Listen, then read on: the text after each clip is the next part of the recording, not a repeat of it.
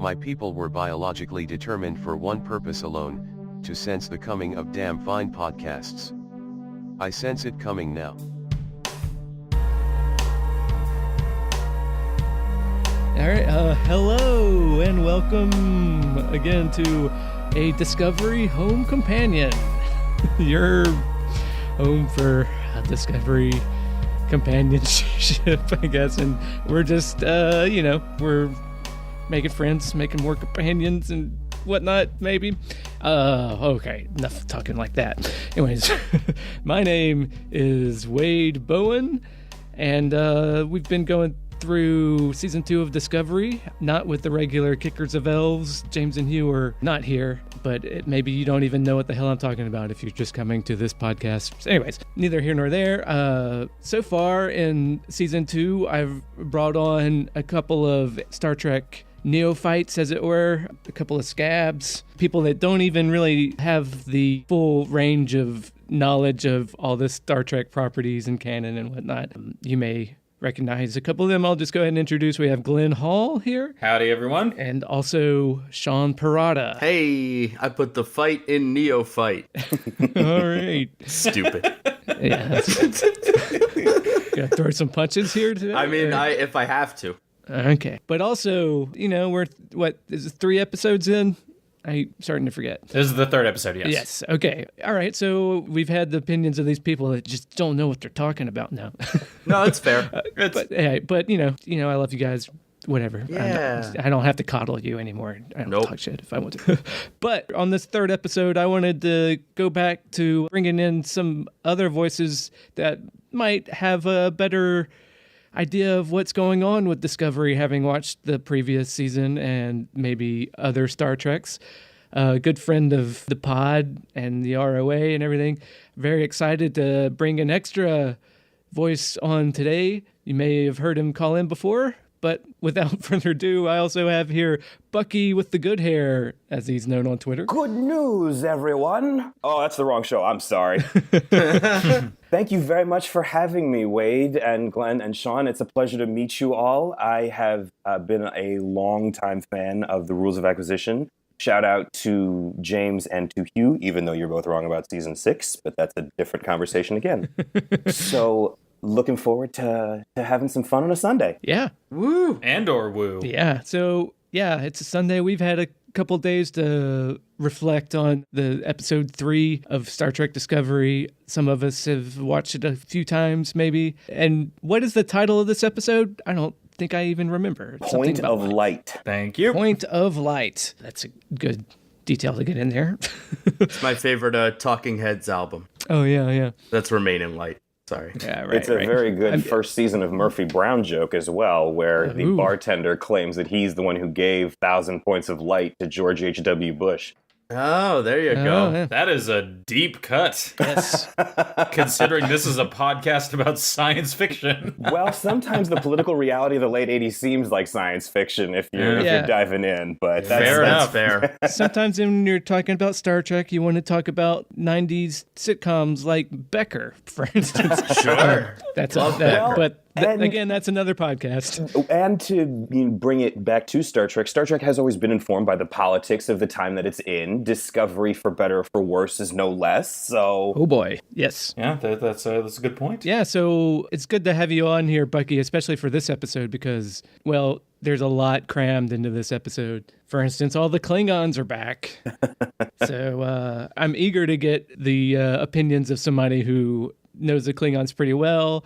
Some people that maybe, I'm sure, knew what Klingons are because, people who grew up in America and pop culture. But these are a little bit different Klingons from even last season. yeah, and to that, I've got a summary of the episode, but I liked your question, or your challenge, Wade, when you asked Glenn if he could sort of summarize the Ash Burnham relationship as presented. And so I wondered, Sean, to get your take on how they recapped what happened in season 1. Yeah. Wait. Can you give us the previously on synopsis? Yeah, is that man's name Ash? Yes. Gotta catch them all. Okay, all right. Boy, It's why he had the red hat. yeah, I did not catch that? It's Ash Tyler is his human name. Ash Tyler. Oh, okay, gotcha. They said Tyler, I thought. I didn't. Yeah. Because that's a first name, I just assumed that was his first name. Oh boy. When I was watching that previously on, I was like, this one's gonna be a roller coaster.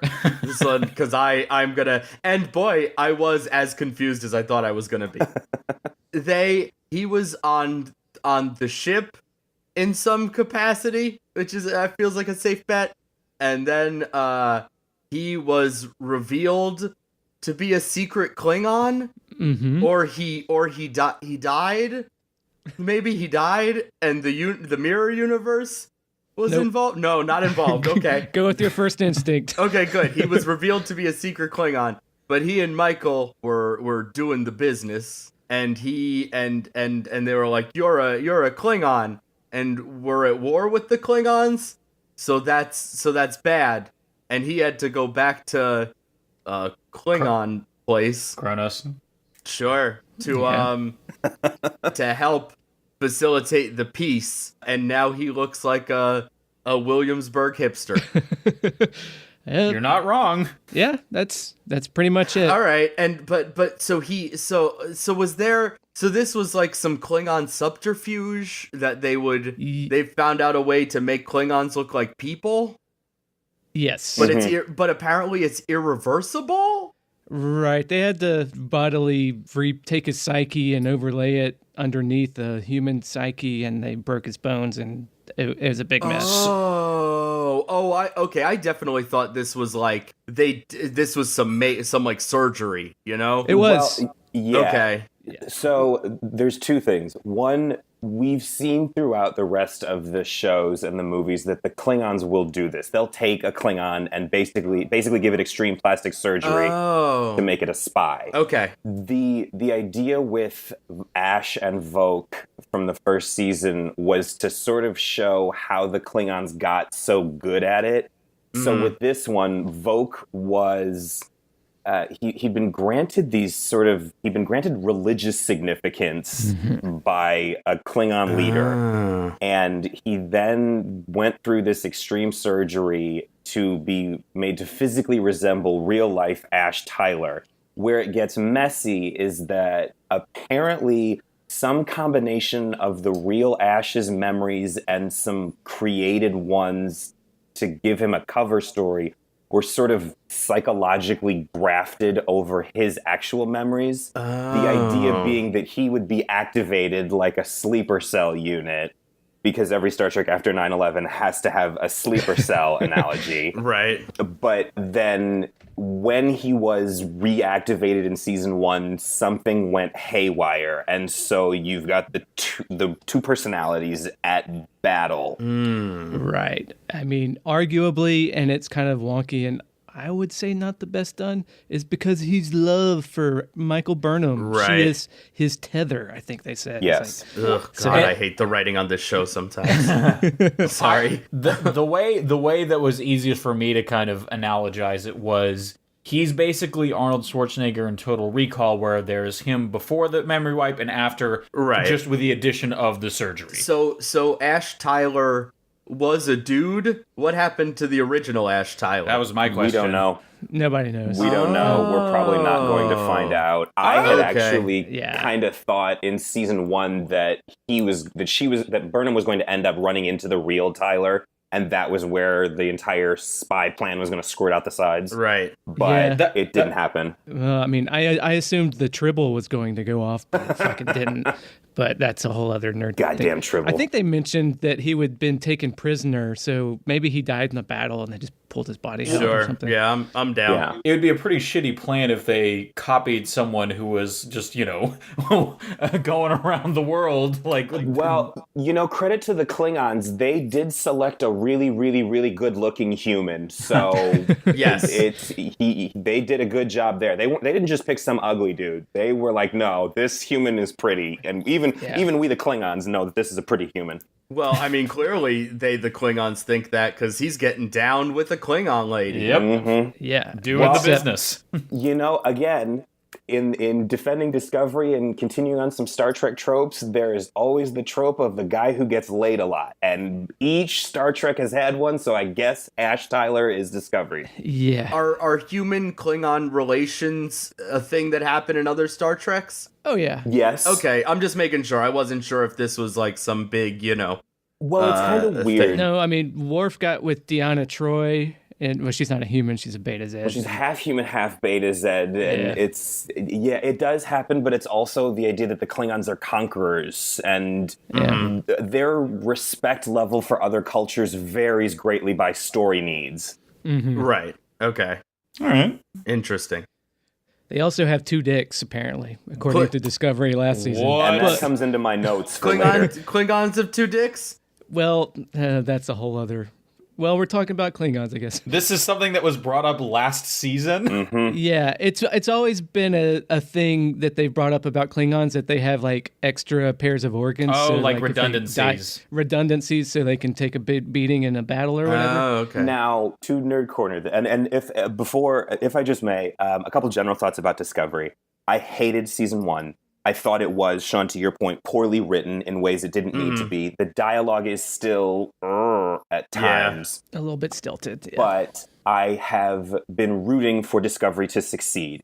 There's a very vocal segment of people who do not like Star Trek Discovery and are actively rooting for it to fail. I do not understand that. For better or for worse, this is new Star Trek. Star Trek needs this to succeed. We, as a fan base, deserve to see Star Trek on a television-like platform again. And it's clear that CBS has paid for the production values on this thing. It's a beautiful television show. So I'm hoping that they get things right that they didn't get in the first season. I have been very happily pleased with the second season so far. I've really enjoyed each episode. I like that we're getting more space friends solving problems. I get that the Klingon stuff in particular in this episode is... but the Klingons are Shakespearean. I do enjoy some of the over-the-topness, and these guys legit look like they smell bad. Some of the Klingons in the past did not always look like they smelled bad. These guys look icky. Yeah. Yeah, put a pin in that. I want to bring up something about some of the people that are rooting for Discovery to fail at the end of the podcast. New events that have come into light. Ooh, that's exciting. For sure. But in the meantime, let's just talk about this episode. Absolutely. Yeah, so the Klingons are all up in here. What do you think of the Klingons, for instance, Sean, in this episode, coming from a not as in-depth Star Trek perspective? Yeah, I mean, I think it's kind of like the thing I've had to do with the other 2 episodes of season 2 so far, and again, and like I'm on board too. Like I like this show. Like I'm having a good time. And this episode, I feel similar. Like I enjoyed what I watched, but like, boy, it's wild, man. This is all, and I guess that like with context, maybe this episode was less wild, but like, boy, we were pretty deep into this episode, and then there was a secret baby. Right. This episode was wild even if you knew the canon. Okay, good. Yeah, Yeah. They crammed a lot of shit into this episode. Like the charge that Discovery... that there's a little too much Avengers Infinity War syndrome is fair. I totally get that. Yeah, I think, and but like, and I did, and I think like, I was really hoping this wasn't what was going to happen, but it makes sense that it did. Like, I was hoping it would stay in the procedural like space with the serialization like peppered in like they did last week. I think like, that's a winning formula. That feels Star Trek-y to me, instead of like splitting time between the Discovery. And I'm glad they're dealing with this Tilly stuff quickly, because that would have gotten exhausting if we had to stick around with her like slowly losing her mind over 5 episodes. Nobody wants that. I kind of do. But all right, fair enough. Never mind, I'm wrong. No, you're not. I think you're right that like they shouldn't drag that out over 5 episodes, but I think it needed more time than they gave. No, it definitely did, and I think I think 2 episodes would have been fine, and I think you would have gotten it with another with a problem of the week structure. Sure. With more of the I don't know. This one felt wholly in service of the serialization right of the show, and Yeah. The girl's the mental projection of the girl, she went from kind of bouncing puppy to snarling beast without any real transition. Yeah. Right. Like in that opening shot of Tilly running the marathon, May is very aggressive. Mm-hmm. Yeah, that's been one of my kind of ongoing complaints about the show. Like it'll turn on a dime. We introduce a big, what seems like a huge consequential thing that's going to reverberate through the series maybe, and then like the next episode it either completely shifts or they get rid of it. Yeah. And they kind of did that. So, yeah, we talked about the Klingons here for a bit, but now there's like two other plots that are crammed into this 49-minute episode. Right. The Tilly plot, and then... Yeah, within the cold open, the opening credits, and then the very next scene, you've got three main plots that each have pseudo-subplots going at the same time. Mm-hmm. So it is a lot. I wouldn't have minded if they would have just made this episode all Klingons from front to back. Yeah. Yeah, I kind of wish they had. And done, more slowly weave them together. I totally get, we focus on Burnham and the Discovery the last two episodes, which has been great. So I do understand changing the focus, but yeah, three at once is a lot. Mm-hmm. Yeah, I think like you could do, a problem of the week with one of those being the thing in each one. Like I think this is 3 episodes worth of television sort of crammed into one thing. Yep. Right. And that's my take, that like each of these plots should have just had their own episode instead of like being stretched out over many episodes. Right. It gives you like some weird pacing problems. Yep. Yeah. I mean, normally you would have an A plot and a B plot. Right. Is the most you get. Sometimes, and honestly, sometimes it works better. I wish that if they just stick with one A plot and do an episode. Yes. But this had a C, like A and B would be something. Like, you know what?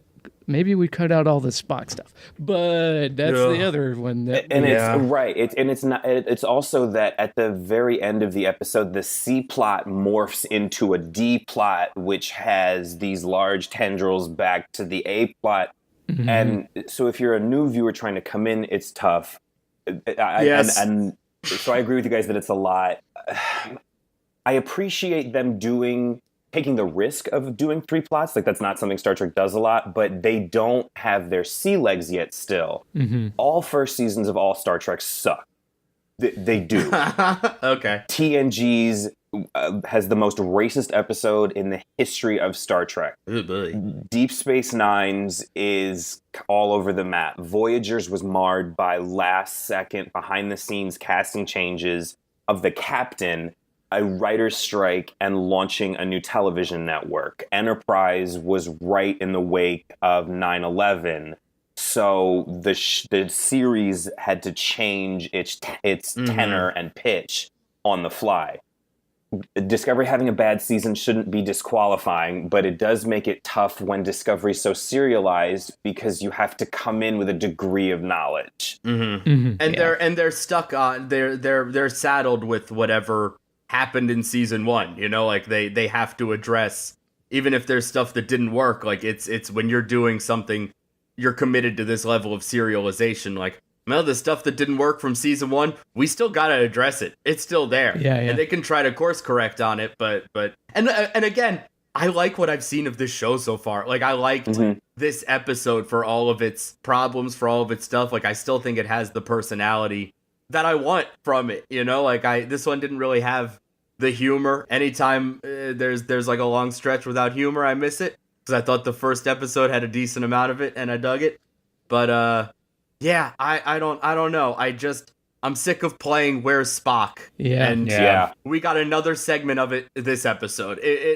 They save a Where's Spock for the first 5 minutes of every episode. Yeah. We found out he's somewhere else. And next episode, in the first 5 minutes, we're gonna find out exactly where he is. We are, because we have to play Where's Spock. Yep. It's gonna be Captain Pike says, I don't know where Spock is. Just kidding. I do have more information.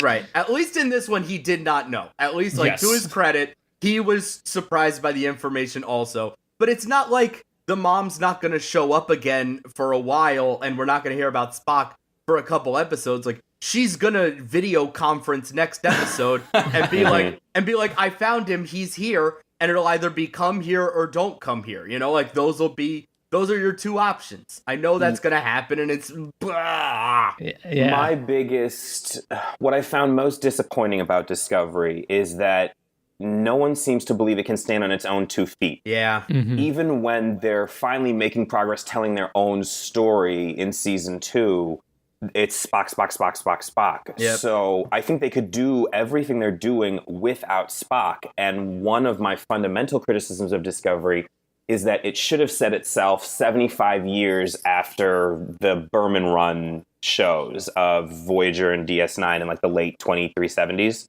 It should have been a century after that, because then you can do all this stuff. You don't have the baggage, and nobody cares that the tech looks out of whack. And with Discovery, I'm not one of these people, the canon people, where every canon violation has to be answered.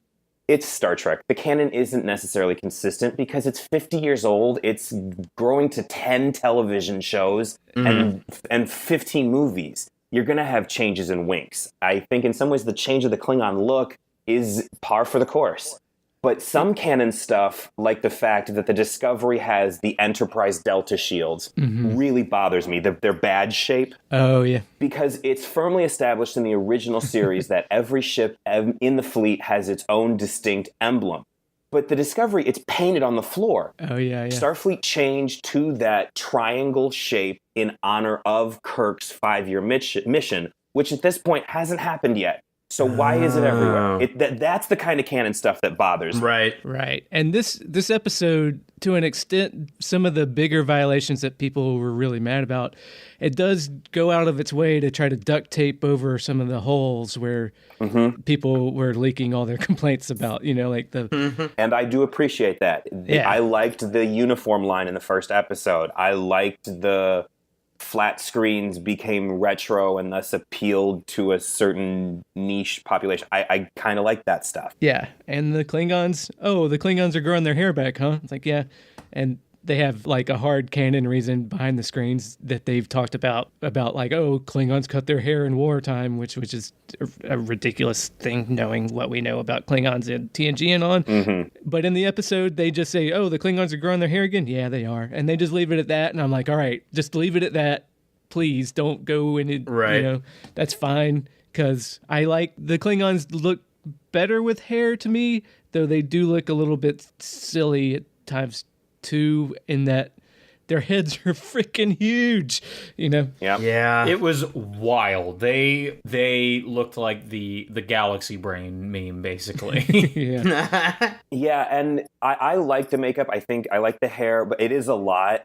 And they do look weirdly out of proportion. I feel like their bodies should be, they should all be the size of Tony Todd. And, with Tony Todd specifically in his role as Worf's brother on TNG and DS9, you got the best of both worlds of a physically imposing actor who also was a really good actor. Yeah. The quality and size of these actors can vary. And plus, their prosthetics are still... Mary's got cotton balls in her mouth still. Yeah. Their voices were like weird. They like I know like they... Vulcan, this is how I talk. Yeah, and it, I don't know, it just made it sort of hard to understand them sometimes. Yeah. At least, and that's another thing, a complaint from season 1 that y'all wouldn't know about. When they're talking in Klingon, they're talking at a much quicker pace now. Like, they okay. Klingon, it was very slow cadence-wise. Oh, boy. And they sped it up a bit. All right, well, that's good. Yeah. Do we want to do a point-by-point run-through and then talk about the larger themes as sort of different silos? Yeah, that's great. I was just about to say, does anybody want to jump in and give us the synopsis? No. I'll take a crack. All right. Oh, okay. So we have basically 3 main plots. You've got Tilly and the magic mushroom. You've got Michael and Amanda Grayson talking about Spock, and that's literally all that happens in their part of the story is they talk about Spock. Yep. And then you've got the Klingon pilot of Game of Thrones. Yeah. I did like Klingon Mordor. I like the look of it and everything. Oh, yeah. Yeah, me too. It looks great. I thought that was a cool looking world. Yeah. The vibe of the Klingon Empire in general is very interesting, but So back to synopsis. So with Tilly, she keeps seeing May, the friend she knew from school, who apparently died years ago. I mean, I guess this is how accelerated it was. She has a freak out on the bridge. She snaps at Captain Pike. She thinks she's losing her mind. She talks to Michael. Michael mansplains hallucinations to her and says, because the hallucination did not know what crying was. Like Tilly is crying, and she said, I can't remember exactly what she said. She's like, well, if it doesn't know what crying is, it's part of your subconscious, so it can't be a hallucination anymore, which is like, it's nice, that makes sense, but that's not a definitive leap of proven by logic. It's it's a hunch. They acted like they were like, oh, good, we figured it out. We're set. Case closed. Let's go home. I am going to defend that scene. Yeah. Okay, please do. Well, first of all, it contained a reference to my favorite American dad joke of all time when Michael and Tilly are in quarters and Tilly comes in and she asks, are you crying? Stan has hit Roger with a chair. Steve pops up and asks, are you crying? And Roger responds, yes, I'm crying. He hit me with a chair. Yeah. But with the Spore, Tilly, Michael stuff. Yeah. I think one of the things Discovery has always done well is the Michael-Tilly relationship. I like them. They're one of my favorite parts of this show. Mm-hmm. I appreciated that, as you guys mentioned earlier, Starfleet officers being taken over by an alien something happens a lot. Mm-hmm. So I kind of appreciated that they didn't spend too much time of Tilly being wacky and crazy, because I, having seen that so many times, would have gotten, come on, guys, it's probably something wrong with her. Maybe you've run a tricorder over her. Right. And with the teenage line, the teenage girls don't cry line, I, as a teenager who cried a lot, I appreciated that, but I can see how it would be kind of eye-rolling and certainly a leap of faith for how we get from A to B to C. I do understand that, but I enjoyed it. Yeah, I mean, I don't have a problem with her like, hey, Tilly, I believe you. Like, if I were going to redo the scene, I'd be like, well, instead of just doing my cold logic has proven that it must be a hallucination, you can still have the lines to an extent, but just like, if it's like, hey, Tilly, you're my friend, we're roommates, and you know what? If you say something's happening to you, I believe it, and it's weird that it would not know this, but instead of saying, just the logic proves that it's not a hallucination, just be like, maybe you just trust your friend, and that if she's going through something, that Totally there must be an valid. explanation for it. Totally valid. Totally get it. My defense of Michael there would be, maybe that's how a human girl raised by Vulcans says, you're my friend and I believe you. I know that some people don't like Michael Burnham at all for reasons valid and invalid, and we'll probably get into this later. But in terms of the Star Trek trope of the alien outsider to human emotions, I like the human raised by Vulcan interpretation. I think that's in line with Data and Odo and Seven and T'Pol and etc. Yeah. Right. Yeah. I mean, you know, we've talked about some of our misgivings about Michael Burnham as a character, and whether it's performance-based or writing, but you know, I think it's largely writing, because I think Sonequa Martin Green is pretty damn talented. Having seen her in a few things, she's really good. This is for my money the highest talent level a Star Trek cast has had overall. I think this is a very well cast show. Sure. Yeah, overall, I don't have a big problem with most of the casting, and I like all the actors, and I like Sonequa too. She just feels everything so hard, which is kind of unusual. I think that is the writing. It's 100% the writing. But if she's half logic, it's like, I don't feel the logic coming from her performance as much as I do the feeling. All right. Yeah. Well, I will say, I mean, when she was talking to her foster mom, I don't know, lady. Yeah. Amanda. Sure. They were, she and Amanda, like, Amanda sort of talks similarly. She was also like, everything she said was pretty weighty too. Yeah. And I mean, boy, those scenes felt like they took forever. Yeah. There were a lot of pregnant pauses. There was a lot of breathiness. And Sarek has human fever, so they all kind of follow in his mold. Yeah. And I thought it was really weird that Michael makes this great revelation about a huge emotional sacrifice she made for the well-being of her brother and Amanda's son. And instead of being heartbroken for her daughter, Amanda got mad at her? Yeah. Yeah. That was really weird. And then sends her to go crying in her room where Tilly finds her. Yeah, that was a weird switch. Like, and then she's like pissed, and then Michael runs off to cry, I guess. Well, this was just a class. This whole like subplot with Amanda and Michael this episode. It was the classic conundrum of telling rather than showing. Like they just were talking about all of these emotional struggles that they had as a family. And look, it's an interesting angle, the idea of like a household with 2 humans, 2 Vulcans, and all of the different like dynamics that arise from that. But at the end of the day, it's not as interesting to have people talk about something that has already happened far in the past rather than showing it, And so again, their plot was literally just them talking, and it's yeah, they showed the In Utero album cover on it, and then Amanda saw that. Yeah. Said, oh, wait a minute, I've seen that before. And then later we get Ex Utero in the Klingon plot. But Yeah, yikes, I hate boy. the Spock stuff. I hate it. Yeah. Hate it. I think it's unnecessary. I think it's being clumsily done. I agree with all your points about Amanda and Michael talking about someone who's not there. And then from the canon side of it, this is a huge emotionally traumatic event, and it doesn't jive with anything else we've ever heard about Spock. right. It's clear that we're going to get Spock and Michael scenes together, and I just don't understand how they're going to make it so that Spock doesn't hate Michael anymore, but he also conveniently never mentions him to his 2 best friends at all over the next 40 years. Right. Well, Cyborg never got mentioned either. Yeah, well, and I hope to God they don't bring his name into this mess.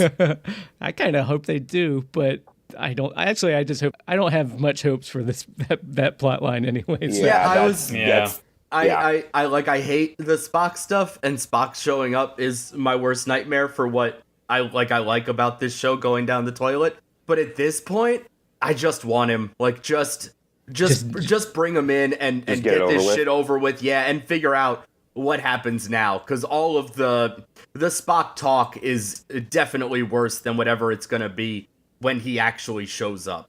It doesn't let the show tell its own. It's not boldly telling its own story. No, it's not. It's half-heartedly giving us an addendum to another story, right? And that's not fair to anybody. While also trying to tell its own story, though, it has these grand ambition to tell like this story that I don't hate. Like I've gone on record saying like I thought some of the religion stuff was heavy-handed, but I'm on board for it. Like if that's the story you're telling, then fine. Like I'm gonna withhold judgment until I see where it happens. Sure. But right. you can't decide you're gonna do that and also devote like half of your runtime to a fan service storyline. Like, right. This is bad. Yeah. It's trying. The show, I've argued before, I think the show's trying to please everyone. Yeah. And I mean, we all know the saying about that. It doesn't work, but that's the saying. This is something that the 90s ones did very well. Rick Berman, for all the flaws and criticisms that went on there, Rick Berman told 4 very different stories of 4 very different ships and crews that, sometimes the big 3 would overlap, but Discovery is not being encouraged to tell its own story as much as it should. And I have liked season 2 a lot. I think the Captain Pike stuff has worked, and there's been a gravitas and a security there. I like the soft, obvious reboot stuff he's done. I like the additional bridge crew work. But the Spock stuff is why? Yeah, I agree. Yeah. Yep. Where were we in the recap? Yeah, apologies. Oh, no, that's okay. That's literally why we're all here. Yeah, this is a graduate level Star Trek discussion today, folks. You have to have done additional homework. We like newcomers, and we will answer any question, but yeah, yeeks.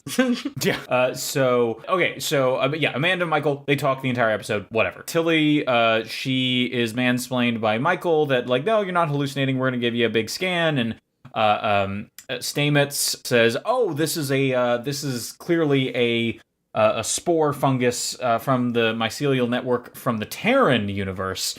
And so he literally gets like his space vacuum out, and they extract the fungus, which looks like, I don't know if y'all have seen, well, of course, Wade and Sean, I know you both have seen Big Trouble in Little China. Yeah. It looks like the whatever that floating beholder thing is. Oh, Yeah, it does. And before that, the presence, or whatever we're going to end up calling it, the fungus, wants to speak with Stamets for reasons that are not made entirely clear. Right. It thinks that Stamets is the captain, and Right. she had her freak out because it was mad at Pike. And it's possible that it's mad at Stamets because it thinks it's the evil mirror universe Stamets, because if this fungus, sorry to explain last season. No, please do. Dear God. Evil mirror Stamets was a mad scientist who nearly destroyed the mycelial network. Oh. Basically genocided all these funguses, I guess, would have.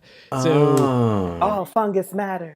All fungus matter. yeah, one theory the nerds on the internet picked up on that might be it, that if it thinks it's mirror Stamets, then it would hate him a lot. And then the other thing was that he's real quick to pull that thing out of her without asking any questions, like, which seems like Star Trek is about communicating with other life forms, right? Yeah, But they're very quick to like be like, yeah, get rid of it. right, which was a little unusual. Well, because Tilly's life is in danger. Like, Star Trek is willing to seek out new life, new civilizations, but you do want to protect Tilly. right. But we don't know what kind of danger she's in yet. Right. But I mean, you're right. Yeah. You know, again, if I were going to do it differently, what I wish the scene would have done would, maybe it is in the background, they just didn't show it. Like, we know that he's scared shitless of seeing his ex-husband in the mushroom kingdom or whatever. And if Tilly's seeing another dead person, he could be freaking out and be like, okay, we got to nip this in the bud right now. Yeah, that was a weird gap. But that's not what the scene did. Nope. That would have made more sense to me. But Yeah. whatever. Yeah, so that's Tilly's plot for the episode. She thinks she's going crazy. Spoiler alert, she's not. And they vacuum the mushroom out of her. And I believe at the end of the episode, the mushroom was in stasis, like in like a force field bubble. Yeah. So maybe there'll be more development on that later. So then we get to the third main plot of this episode, which is the Klingons. And the main crux of it is the infighting within the Klingon Empire between Ash Tyler, formerly Voke, the Klingon, and his wife, unclear. Oh wait, he was Vogue? He was. Well, Yes. Oh yeah. And Sean, that's what confused me. Oh. That's what confused me, because Ash kept talking Yeah, about Voke as okay. if he was a different person, and that's why I kind of ended up thinking of it in terms of Total Recall, because that's the dynamic in that movie, that Arnold Schwarzenegger's character, Quaid, sees the person he was before Right. as just a different person entirely. Yeah, okay, that's right. Gotcha. That's my bad. I did not pick up on that. It's Voke and Tyler Durden. Yeah. right. There you Okay. go. Very funny. That actually would be an interesting dynamic if they ended up doing that, like have Yeah, Voke but manifest. seemingly does not look like that. Well, not until the Michelle Yeoh spinoff. Oh yeah. Yeah, right? Well, we'll get to her. Yeah. But yeah, so the main conflict for him is like, I'm a human, but I was a Klingon, and I want to be a Klingon, but I feel like a human, blah, blah, blah, and like there's trouble in the bedroom with him and L'Rell, and then enter all of the palace intrigue between the Klingon houses. A rival house bugs their palace or house or whatever with face paint, and then they use that to overhear the revelation that there's a baby, that L'Rell had a child that was Voke's before Voke became Ash Tyler. Yep. Grown ex utero. Yes, well, I was gonna. It actually is kind of similar to the origin story of Damian Wayne in like the All fourth. right. We don't have time for a Batman podcast. All right. Oh my God. I'll tell you all about it later. No doubt. The very much Talia Al Ghul dynamic here. And so the rival house overhears that. They kidnap the baby. They try to hold it for ransom so that L'Rell, who's the Chancellor, will sign everything over. Cut to Michelle Yeoh teleports in, kicks ass, which I have a question I forgot to ask. When Michelle Yeoh reveals herself, something happens to her face. Like her face, it looks like, I thought it was going to turn into a Klingon face, or it was like a hologram. She's got something that is analogous to what Agents of S.H.I.E.L.D. has that May wore in the first season and that Black Widow wore in the movie, like the changes your face thing. Got it. So why did she... If she's running around Klingon Mordor, she's got to look like a Klingon. Okay, so that's what's happening. Because I was like, why did... Because that was my first guess, is like, oh, was that a disguise? So in her universe, when she was the Empress of the Terran Empire, she was real good at killing Klingons. Like, very good. Like, so good that when she got transported to our universe and Starfleet was on the verge of losing a war to the Klingons, as soon as she announced she committed genocide against the Klingons, Starfleet was like, you're hired, and hired her to kill Klingons. Yeah. And then 20 minutes later, they're like, oh, wait a minute, genocide is bad, because Michael told them, and then... Wait, that's too many Klingons. We didn't want you to kill that many Klingons. Right. That's not what these platitudes that we say Starfleet stands for. And they're like, oh, yeah, shit, you're right. All right, never mind. And that's why L'Orelle is Chancellor, because she's got a thumbprint thing. She's got a thumb bomb. Oh, a thing that you didn't notice in the previously on. There's a bomb in the center of the planet that she has the abort codes for, or if she doesn't get her thumbprint every day or something, the planet explodes now. What? Yeah. So, yeah. What? Yeah. They kind of glossed over that, I guess. What? So at the end of season 1 to win the war, basically they dropped a large bomb into a volcano that taps into the core of the Klingon home planet. Sure. And they can blow it up with a detonator that they gave, that Starfleet gave to L'Orelle, with the idea being that she would keep the Klingons from overrunning Starfleet and slitting everyone's throat. But when she confronted the council with this, why the council didn't just shoot her and take it, I don't know. It's messy and terrible and bad. That's weird. Well, yeah, and what we see is that she has to put, like, her thumbprint, and I guess, like, it has to take a sample of her blood as well. So there's some kind of biometric. He does say thanks for the ink when he stabs Ash Tyler. Yeah. So there's some kind of biometric, but even then, that feels like not enough security for something like that. But also similar to the plot of Battlefield Earth, I'll just get on record. So nobody remembers the plot of Battlefield Earth. No, and nor should they. Why would you? So.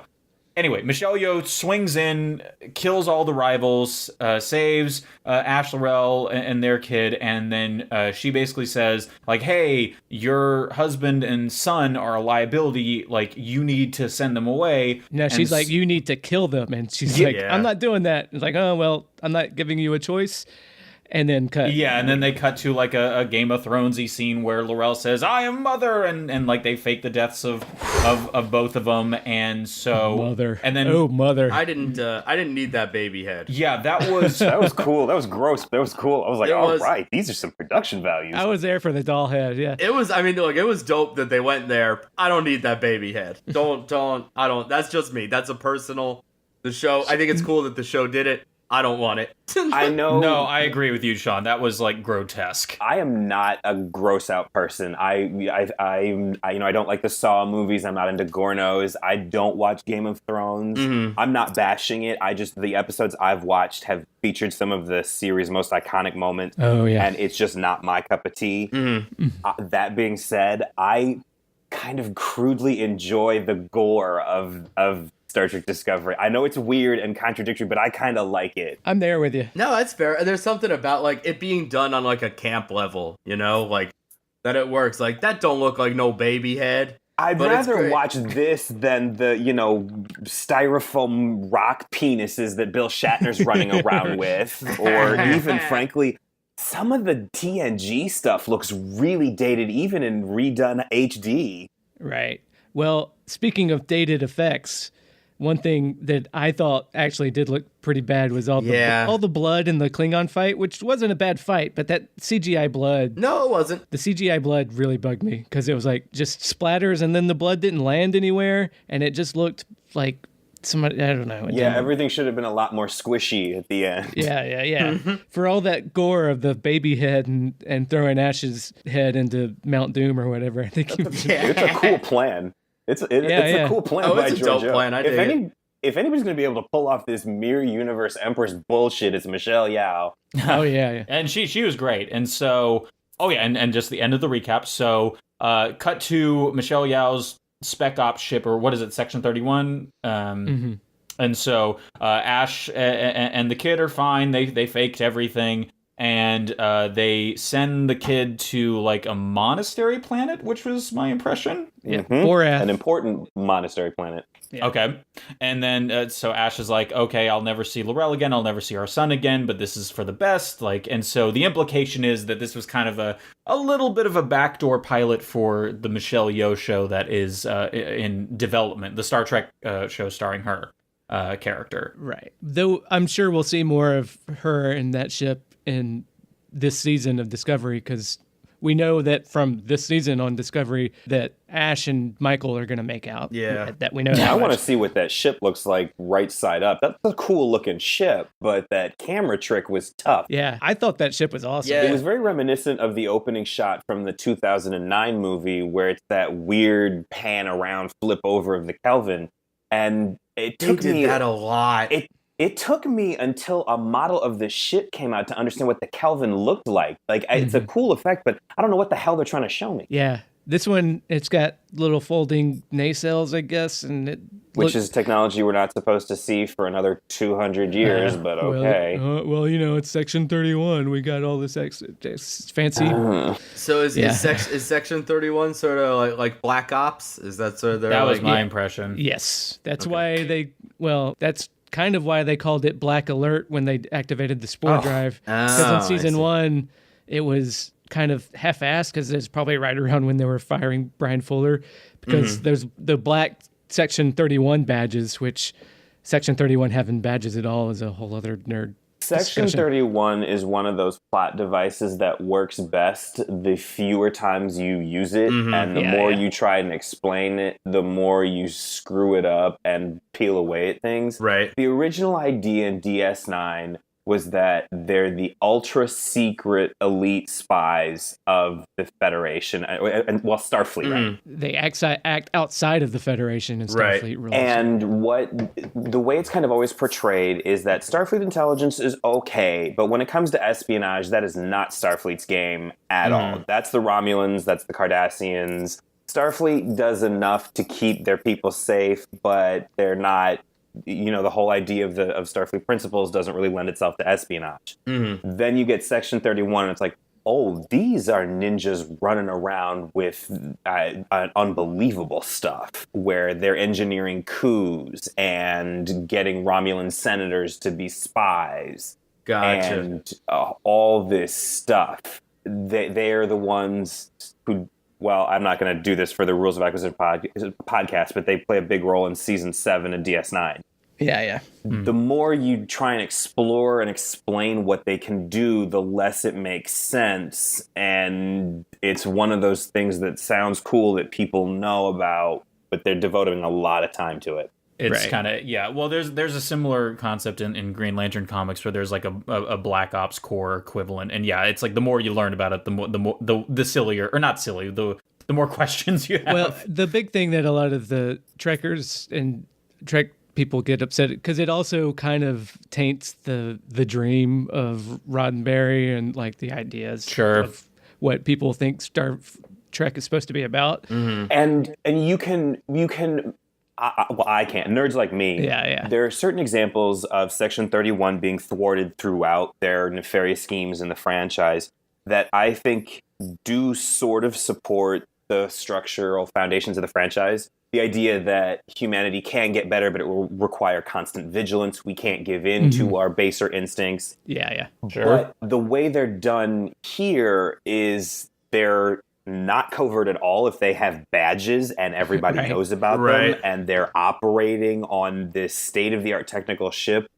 It just where are the resources coming from? And if you got badges, how in the hell are you a secret organization? Yeah, that's the dumbest part about the badges. But just because they got thrown in haphazard in season 1, so now that's the new canon. So I mean, listen, if Section 31 is being treated like the American CIA, then like, right, like the CIA is ostensibly a secret, but like, we know the shit they've done, and when they walk into a place, people are like, "You're the CIA," like people know, Right. So like, all right, sure. Yeah, and Starfleet has like plausible deniability that Section 31 exists. Honestly, one of the only nice things I will say about Star Trek Into Darkness is considering what happens in that universe where Vulcan goes kerblooey, and then Section 31's budget balloons. That's the only universe where it makes sense that Section 31 would be this huge out in the open secret. In our timeline, it doesn't make sense. And they keep saying that Star Trek Discovery is in the Kirk, Picard, Sisko, Janeway timeline. Right. Prime. Yeah, the Prime timeline. So actually, okay, so just a quick question. So Peter Weller, his character in Star Trek Into Darkness was part of Section 31. That actually makes sense. Okay. Or was that said, or was that just implied? Well, he's an admiral who's definitely using them. It's unclear whether he was reporting to someone within the organization, but that wing of the Federation is responsible for all of that war Admirals stuff. tend to know of Section 31's existence, so I don't know. But yeah, and again, in that universe, when Vulcan gets destroyed, you're going to lose a huge part. It does make sense that Starfleet security is going to go, we need to make some changes around here. Totally. But it's messy and it's unnecessary, and again, for Discovery's purposes, it doesn't let it tell its own story because everything's connected to the larger narrative of what they will do in the future. Right. And the end of this episode and everything, all my complaints that we've just kind of gone through with Section 31, though, at the end of the day, though, the end of this episode made me super excited for the Section 31 show, like I've never been before, just because I don't care what you do with Michelle Yeoh, I'll watch her in it. Like, she is fabulous. She is fabulous. Don't Give Me Notes is a favorite of mine and will be returned on my yearly evaluations at work now. And if I said, if anyone's going to be able to pull off this Empress character, it's her. And I'm hearkened by a line from one of the producers that we'll see, yes, how Michelle Yeoh's Philippa Georgiou impacts our universe, but we'll also see how our universe impacts her. And if you do that, I'm sold. God bless you. Right. Like, and her whole, like, this gang of misfits and the freaks are more fun. And just her delivery of that and everything, like, all right, I'm there for Star Trek Torchwood, basically. Yeah. Yep. The face she made at the baby. That was such a cute moment. When we first see her, she's like, ugh. Kids, who needs them? And like, what did she say? Like, she said that she had kids, but like she had someone else take care of them. That's why I didn't breastfeed them or hug them or pick them up or acknowledge them at all. And then later on, she gives like a goo-goo face to the baby, and then she gets caught. Yeah. It was nice. That was really funny. It was a moment of humor that we're talking about this episode lacking. It's true. Michelle Yeoh, the dark, gritty thing. That was a great one. And honestly, that's kind of what this show needs, is more of those moments that just kind of, it doesn't move the story forward. It's not really significant to any part of the plot, but it's just like, it's something that tells you something about this person. Like, in that reason that moment works is like, okay, we've gotten a snapshot. Again, I've not seen any episodes with Michelle Yeoh in them before this one, so I got a sense of who she was, what her personality was, and a moment like that is great because it's like, okay, there's layers here, and it's like they're not like doing labored exposition about X, Y, or Z. It's like they just showed us something that told you something about her. And I think we need more moments like that from Michael, where instead of her, spouting off platitudes and saying like, look, this thing means so much to me, we need more moments where we just kind of see what she's like, kind of get more insight into her personality, because from what I've seen so far, I don't see a lot of that. Sean, you said, it's the platitudes. A lot of it's platitudes. The writers don't know what to do with her, and that's symptomatic of a show that's had as many change of producers and change of showrunners as this one's had. Yeah. And that's a big concern with Discovery, is because, again, we're coming up on another behind-the-scenes change. Again, behind-the-scenes chaos is part and parcel of the Star Trek experience. You can go back, every single one of the shows has messy moments. But this is different. Eventually, somebody got control. Here, it's you have Brian Fuller, who kind of ever was in charge last season, which nobody seemed to be. Now it's the two who were ousted for budget and harassment. Right. Technically, they were in charge last season, too, after Brian. But I think, I've said before, I feel like they were in a tough spot trying to be the in-between between why they fired Brian Fuller and what they wanted to do and what, Sure. producers wanted from him. So, and then the stress apparently got to them, and that's why they got fired for being toxic in the workplace and everything. Really? A mess. I do. It definitely feels like, like the Michelle Yao and like Tig from the first place. Saw Tig on the scenes from next week. Very exciting. Love Tig. Yeah. Tig on the first, like, man, they're two of the only characters who, in these brief moments that they show up are just talk like people and just say things that people would say. And I don't want everyone on Star Trek to just talk like people. That's not what Star Trek is.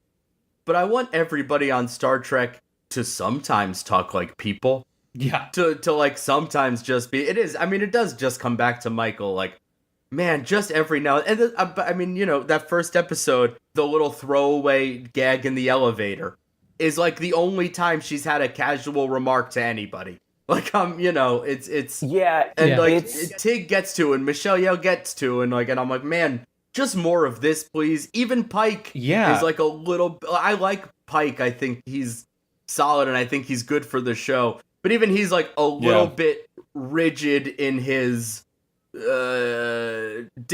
swinging. It's always captain. about the mission. Yeah, like I think he's like a little bit stuck in like a rote sort of routine at this. And I like him, and I feel like I always have to say I like the show a lot.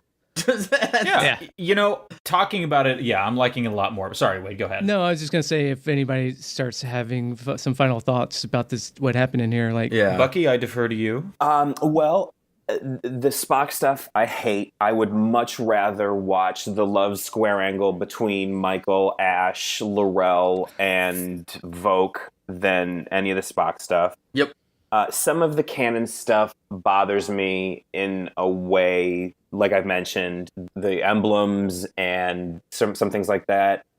I hate the Spore Drive. I hate the Spore Drive. Oh, yeah. I love Anthony Rapp. I love Wilson Cruz. I think and really, really hope that they're going to use this mycelial network can bring people back from the dead thing to resurrect Culbert and unbury their gays, which as a practicing homosexual pissed me off last year. Yeah. I hated that. Yeah. But they said they didn't do it, but they did it. They got caught. They said they weren't going to do it. Everybody called them on it. They did it. It was... First of all, you didn't even have enough of an attachment to Culbert to really care other than you knew you were supposed to. Mm-hmm. I love Anthony Rapp and I love Wilson Cruz, so I'm glad that they're coming back. I think this episode with Stamets was the most fun Stamets has been allowed to have, so I liked him the most. Mm-hmm. He's my least favorite character on the show. Yeah, that's fair. And he actually got to be a scientist and have fun. And I like that Discovery has made a concerted effort to give the rest of the Starfleet people more of an identity. I like Joanne Owokosun. I like that Detmers had some moments. And they've tried to give nice moments with Michael to some of the other crew members. Like in the first episode, ladies, do we have him? Ladies. Mm-hmm. And Linus. I liked Michael Burnham's simile correction in the first episode. I did not. But really? Yeah, it was a little bit like, why are you, she's just being a dick. Somebody did that to me one time in a bar. I was talking about Star Trek in a bar. Somebody bested me with that, and I was humiliated. Oh, yeah. Oh, I mean, I guess so. That character, he was a douchebag, and, it's great that he died and all, but they were nothing but dicks to him. Yeah, they were dicks to him from the jump. And boy, let me reiterate, I'm glad he's dead. But they really were. They never gave him a chance. Like the script, the lines aren't what sold him as douchebag. The performance did, and the performance did wonderfully, I guess. Yeah. But it was, we talked about in the other pods. It's stuff that our space friends from other Star Treks would say, and we'd like him for it. Mm-hmm. They just sold him as like a douchebag the whole time. Again, I'm glad he's dead. Yeah, no, the criticisms of the writings are fair. They haven't, while they've gotten better about some of the tone and pace, they still haven't. None of these characters really feel like they have a voice other than Michelle Yeoh and Doug Jones as Saru. Mm-hmm. Yep. Yeah, we don't really talk too much about Saru this week. Yeah, he plays dad to like Tilly. Where do you don't speak to the captain like that? That's very funny. But that's a valid character trait. If he's like someone with a very paternal instinct that Well, yeah, he's a rules follower and everything. he's the nerd, and it seems like next week he's got some bad news coming his way. And I'm looking forward to exploring more of the Saru-Michael relationship. One of my biggest criticisms of Discovery is the first season should have been an exploration of Philippa Georgiou, Saru, and Michael Burnham's relationship. Totally. The first season should have been Star Trek Shenzhou and been a focus on that ship. So that way when Michael betrays Georgiou and mutinies, it actually means something to us, the audience. We see it better. We understand the consequences more. So I'm looking forward to next week. Also because Rebecca Romaine is coming in and we get to see number 1, which that's the kind of canon stuff they're talking about that I like. I'm really looking forward to her. Mm-hmm. Yeah, I agree. I don't know. I don't know what a lot of those words mean, so I'm excited too. Yeah, original series stuff. Yeah. Yeah. Short of the long, too long did not listen. I think Discovery's made some mistakes, but is getting better and is trying, and I'm rooting for him too. Because I don't like where some of the backlash on the internet is coming from. Yes. Some of it's very nasty. Some of it's genuine, valid criticism, but some of it is pure racism, frankly. Right. Well, yeah, speaking of the backlash on the internet, something I wanted, apparently now the rumors that I've just noticed today are people think that the show's already canceled because of something that Anson Mount said, which it seems silly to me. But what? What did Anson Mount say? yeah, people are worried that it's gotten canceled already because Anson Mount on Twitter said it sucked to be out of a job and that he'd work for food and stuff. And so people are like, what? Did Discovery get canceled? But like, no, he was only ever going to be in this season. So Oh, okay. Right. Yeah. Yeah. And we're going to get the Telosians, which has to do with him in the chair in the original series. Wait, guys, are we not getting an Inhuman season 2? yeah, well, that... no. I'm joking. That's the joke. He can't be on It anything was- that lasts that long, I guess. But yeah, everybody's upset, and they think that them throwing the premiere on YouTube and everything. There's rumors that CBS is not happy with it. Okay, so that explains Wilson Cruz's tweet about, Yes. does this sound like a show that's been canceled? But, okay, I just feel like the actors of this show end up defending it a lot. Yeah, Well, that's. yeah. I mean, they can't talk shit about it because Well, of they'd be in course. breach of contract. And they're actors, of course. You Yeah. know, sometimes part of You want the thing you're doing to do well. part of being a good actor in a role maybe is not being too critical about what you got to believe in everything that you're saying as a character. We as Star Trek absolutely. fans should want it to do well. Yeah. If this would be my final thought, if I may just have the floor for about 2 minutes or so. Please. Sure. A lot of, like I said, the backlash to Discovery has been very, very negative and very, very racist. That is damn foolish, and I don't know what you've been watching.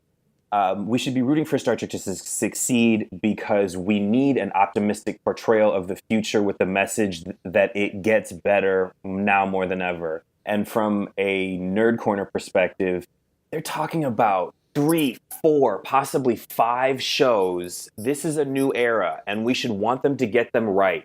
Everything about the Picard show sounds awesome. I like adult cartoons, so I'm excited to have somebody behind Rick and Morty involved. Michelle Yao, I would listen to her tell me to eat soap. I don't know if the Academy show will work, but I'm rooting for it too because they've been talking about it in this franchise for 25 years. Want Discovery to get better. Don't root for it to fail. Yeah. That doesn't make a lick of sense. This is finally a Star Trek where they're paying for the costumes and they're paying for the sets and they're paying for the effects. It's fine to look at the Discovery and go, wow, that's a pretty flat ship. I don't understand how they got to the shape of the Enterprise a mere 10 years later. But don't say, because this ship is flat, I want this show to fail. Yeah. Don't say that because Michael Burnham hasn't been written consistently that she's trash and shouldn't be the focus. No, Star Trek has needed to focus on a woman of color for a long time. And this is really great that it's doing it. I like that there's a lot of female support between Tilly and Burnham. For my money, they're already one of the best duos this franchise has churned out there, like Bashir and O'Brien, like Data and Geordi, like Tom and Harry. I'm not going to root for Discovery to fail because it's antithetical to what this franchise is supposed to be about, and it's stupid and short-sighted.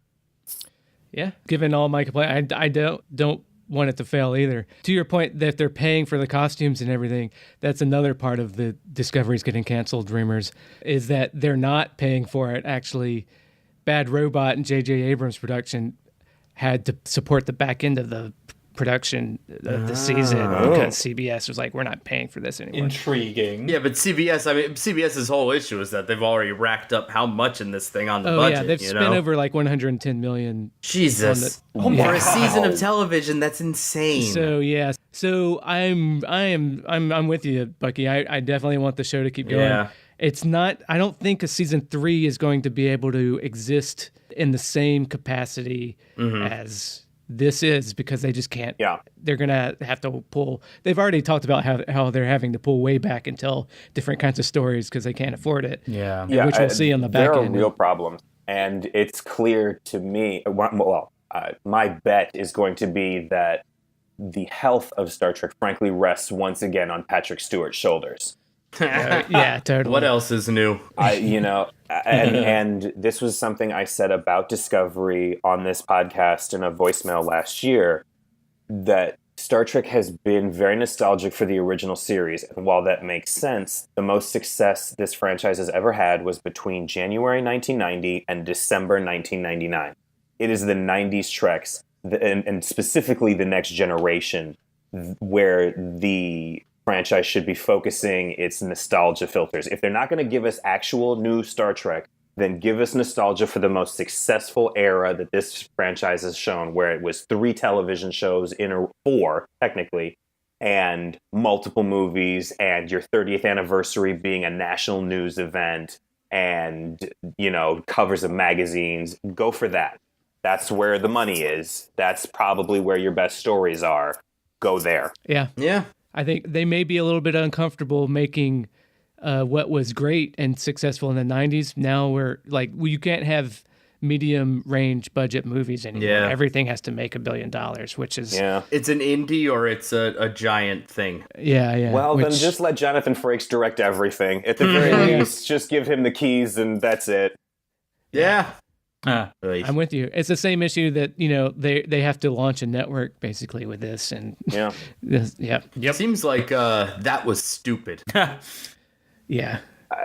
Yeah. We'll see. I do wonder if it would have been even financially more lucrative for them to put this on broadcast TV, but that's a conversation for another time. I mean, I think CBS is the first, major network to be preparing for the day when CBS doesn't exist, and CBS All Access is all that does exist, What they should have done is let Brian Fuller do his anthology show. They should have gone with his original idea, considering what they've spent on this thus far. Yeah. It probably would have been cheaper to be like, we're going to let you build 4 sets and you're going to have this amount per episode to change things, and you can do your anthology.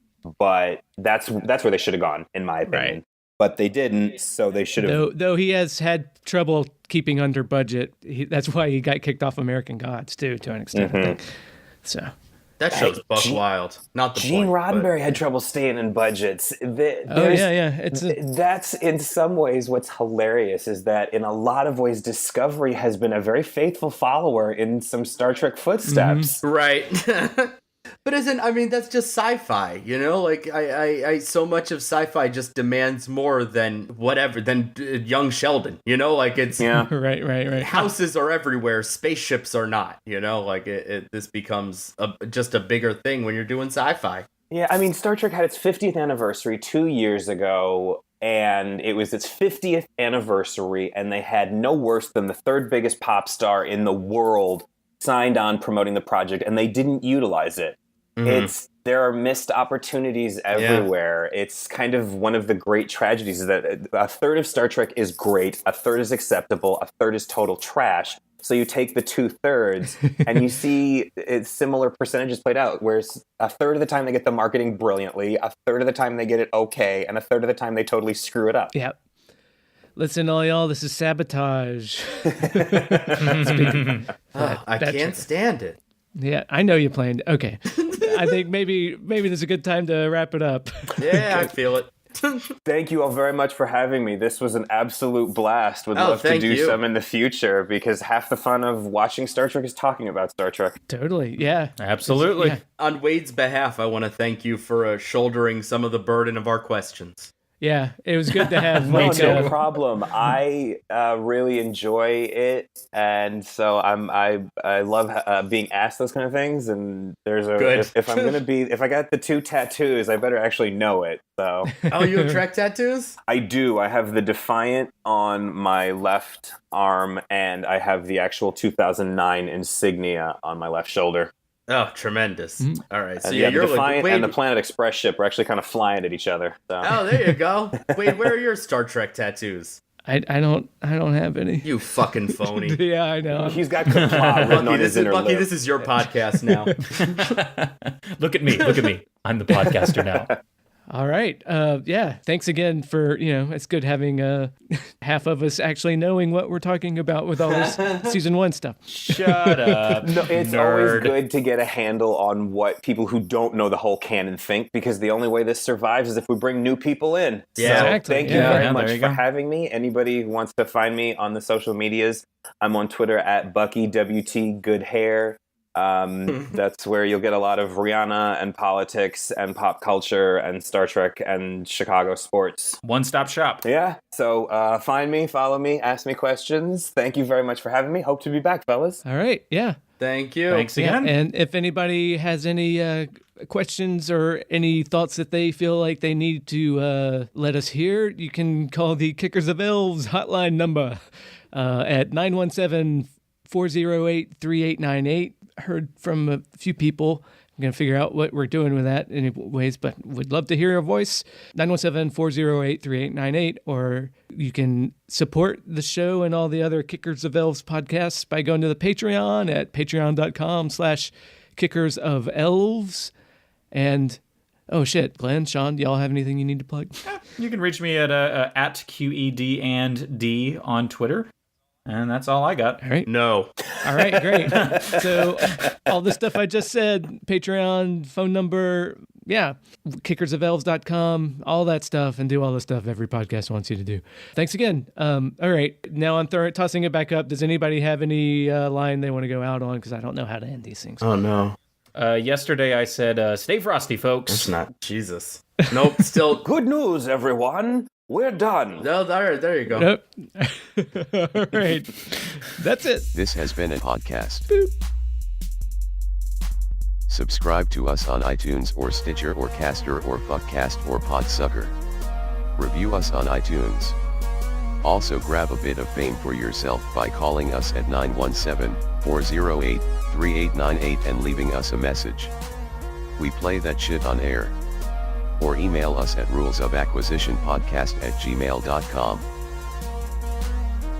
Also, listen to our Deep Space Nine podcast Rules of Acquisition. It is pretty amazing, but you may not yet be ready for its awesome amazingness. Assess your personal awesomeness appropriately.